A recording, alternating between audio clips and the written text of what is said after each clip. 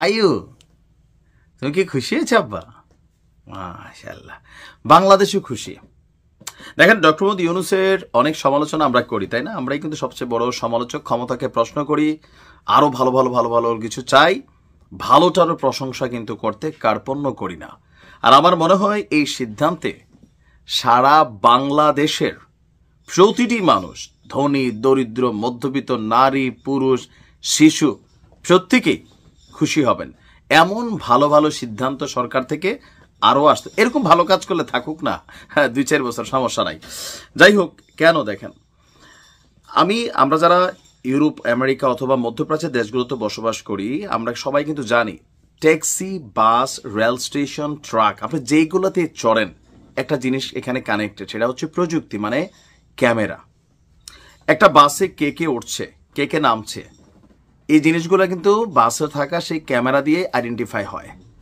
আর আমাদের বাংলাদেশের মতন দেশে বিভিন্ন যে দূরপাল্লার বাসগুলো আছে, যেগুলো 5-7 ঘন্টা অথবা নাইট কোচ, এখানে বেশিরভাগ সময় দেখবেন যে যাত্রী বেশে বাসে ওঠে। প্রথমে ওঠার পরে সেইখান থেকে কি করা হয়, যে আপনার ডাকাতি হয়, নানান ঘটনা ঘটে। ঢুকার সময় তো পাবলিক বোঝে না, সো পরবর্তী সময় এদেরকে আইডেন্টিফাই করা এটা অনেক কষ্টকর হয়ে যায়। বাট সিস্টেমটা যদি এমন হয় যে আপনি যে বাসে উঠতেছেন, ঠিক দরজাটার সামনে একটা সিসি ক্যামেরা থাকবে, কে উঠতেছে মুখোশ খুলে উঠতে হবে। এখানে একটু সিদ্ধান্ত পরিবর্তনও করতে হবে, যে আমাদের অনেক মায়েরা বোনেরা আছেন, আপনি হয়তো নেকআপ করছেন, হ্যাঁ, বাট বাসে ওঠার সময় নেকআপ সাময়িক খুইলা ক্যামেরাতে দেখাই উঠতে হবে আপনি কে উঠতেছেন। কারণ অনেক সময় পাশের সিটে বসে থাকা নারীরা সাথের নারীরে শয়তানের নিঃশ্বাস অথবা কোনো কিছু খাওয়াইয়া বেহোশ করে কিন্তু স্বর্ণ টাকা পয়সাগুলা নিয়ে যায় প্রতারক। হ্যাঁ, এগুলো আমরা অনেক দেখছি। সো এই ক্ষেত্রে যে আইনটা বাংলাদেশে হচ্ছে, নির্দেশনা তৈরি হয়ে গেছে অলরেডি, পবিত্র ঈদুল আজহাকে সামনে রেখে এবং বিভিন্ন সময়ে বাংলাদেশের বাসে, রেলে, ট্রেনে যে এই ঘটনাগুলো ঘটে, নিরাপত্তা নিশ্চিত করতে দূরপাল্লার বাসগুলোতে সিসি ক্যামেরা স্থাপন বাধ্যতামূলক করেছে বাংলাদেশ সড়ক পরিবহন মালিক সমিতি এবং সরকারের পক্ষ থেকে।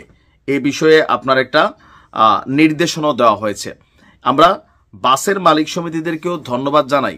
এখন মালিক সমিতিরই কিন্তু কাজ প্রত্যেক বাসের মধ্যে ক্যামেরা লাগানো, কারণ একজন বাসের যিনি মালিক তিনিই ক্যামেরা লাগাই দিবেন। এটার ব্ল্যাক বক্সটাও বাসে থাকবে, তবে সবসময় বাসে থাকলে হবে না, এটার প্রযুক্তির মাধ্যমে কপি করে নিতে হবে। আমরা কিন্তু প্রযুক্তির দুর্বলতাগুলো এখানে দেখিয়ে দিচ্ছি।